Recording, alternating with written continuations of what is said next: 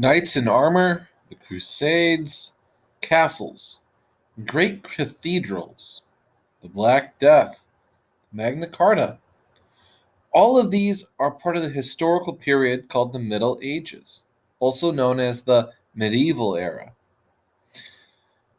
When was this? And how did this period influence the development of Western civilization, our culture today? Let's start with defining the periods up to the Middle Ages.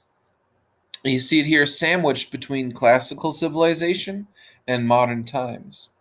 There is some debate concerning the beginning and the end of the medieval period. Historians usually place the medieval era from approximately 500 AD to 1500 AD, or the period between the fall of the Roman Empire in the West and the beginning of the Renaissance. Europe during this time period has also been called the Middle Ages. This refers to the fact that this time is situated between classical Europe and modern times. Medieval comes from the Latin medium aevum, which translates as the middle period or Middle Ages. Europe during this time period has also been called the Dark Ages.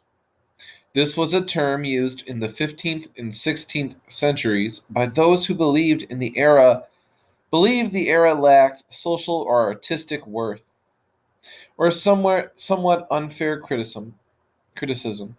As there's lots of art and intellectualism going on. Historians generally avoid using this overtly judgmental term of Dark Age.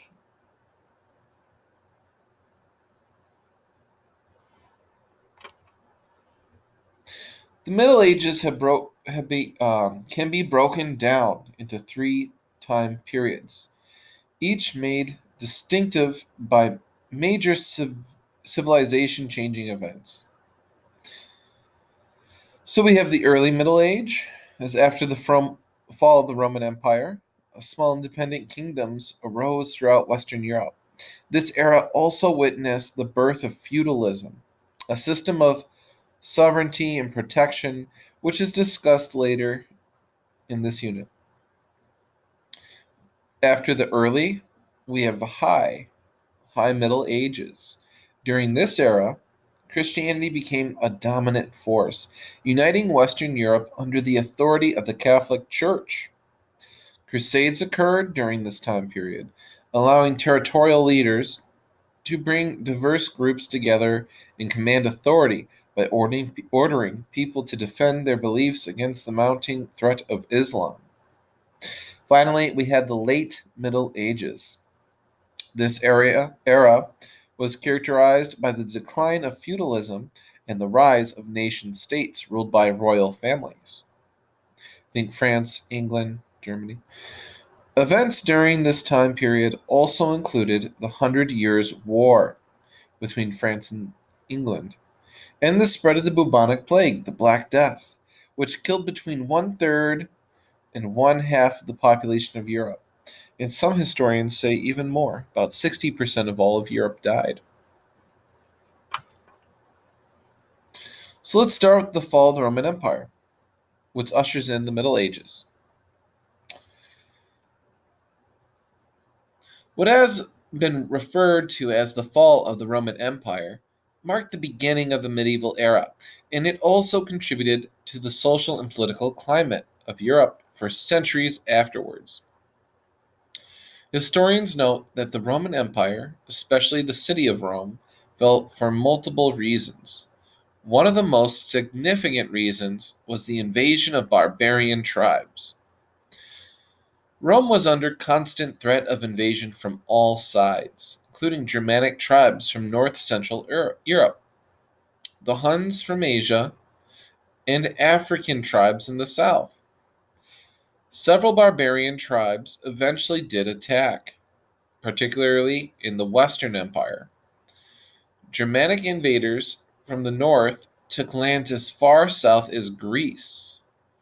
Rome itself was sacked by Visigoths in 410 and by Vandals in 455. And finally, in 476, Germanic invaders overthrew the last of the Roman empires. That date is seen as the end of the Western Empire.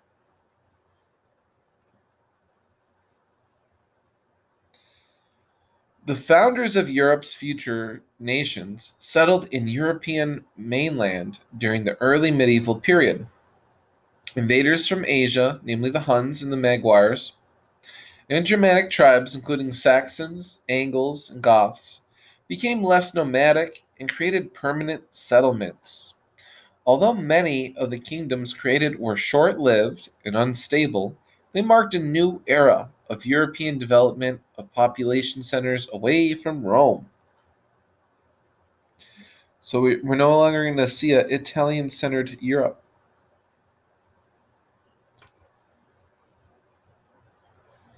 After the Germanic invasions, Roman influence merged with the Germanic culture and peoples in different ways. The Ostrogoths in the Italian peninsula preserved Roman governmental structure and traditions. The Visigoths, located in modern day Spain, kept Roman traditions but installed Germanic leaders.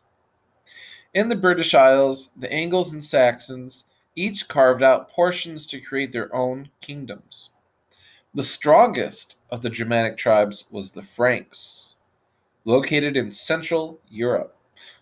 The Franks gained much of their strength under Clovis and Charlemagne, two great leaders of theirs. So let's talk about these great Frankish leaders, starting with Clovis. In 486, the Franks defeated the last major Roman army in Gaul, present day France, then subdued other tribes and minor rulers in the area to establish the First Frankish Kingdom. Clovis, the first Frankish king, had a brilliant military career and dramatically expanded the holdings of his empire through battles and with both competing tribes and remaining regional Roman political leaders. During his reign, he converted to Christianity, supposedly after praying to Jesus during a battle. This helped to establish bonds with Christians now under his rule through military conquest. You see here on the map how big the Frankish kingdom was. It was rather large, much larger than modern day France. After the death of Clovis, Charles Martel became leader of the Franks. He continued to expand and defend the Frankish kingdom, including the defeat of Muslim invaders in 732. After his death, his son Pepin asked the head of the church, Pope Zacharias, to recognize him as king. The Pope agreed, and Pepin became the first Frankish king to rule with papal blessing, the blessing of the Pope in Catholic Church. Pepin ruled until 768, so about 36 years. It's a good long reign. His successor, Charles, continued the relationship between Frankish kingdom and the church, the Catholic Church, and expanded it further.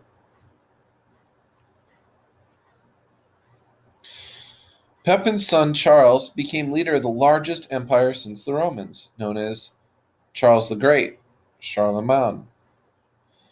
He was another fierce military leader who sought to expand the Frankish Empire. The vast new territory that he created became known as the Carolingian Empire. During his rise to power, Charlemagne was summoned by Pope Leo III, who crowned him Emperor of the Romans, or the Holy Roman Emperor, because the Pope did it. It was a religious emperor, uniting the Roman, Christian, and Germanic cultures and traditions. Charlemagne defeated the Lombards in the south, the Saxons in the north, and the Slavs to the east. After Charlemagne's death, his empire quickly fell apart as his grandsons fought one another for control. Powerful local nobles came to control land throughout Europe. leading to a decentralization of power. So instead of the king, we have little tiny landlords running everything. Adding to the disorder were constant raids carried out by Scandinavian warriors known as Vikings. The Vikings were a warrior culture from Scandinavia, that's way northern Europe, hailing from the areas we now know as Denmark, Sweden, and Norway.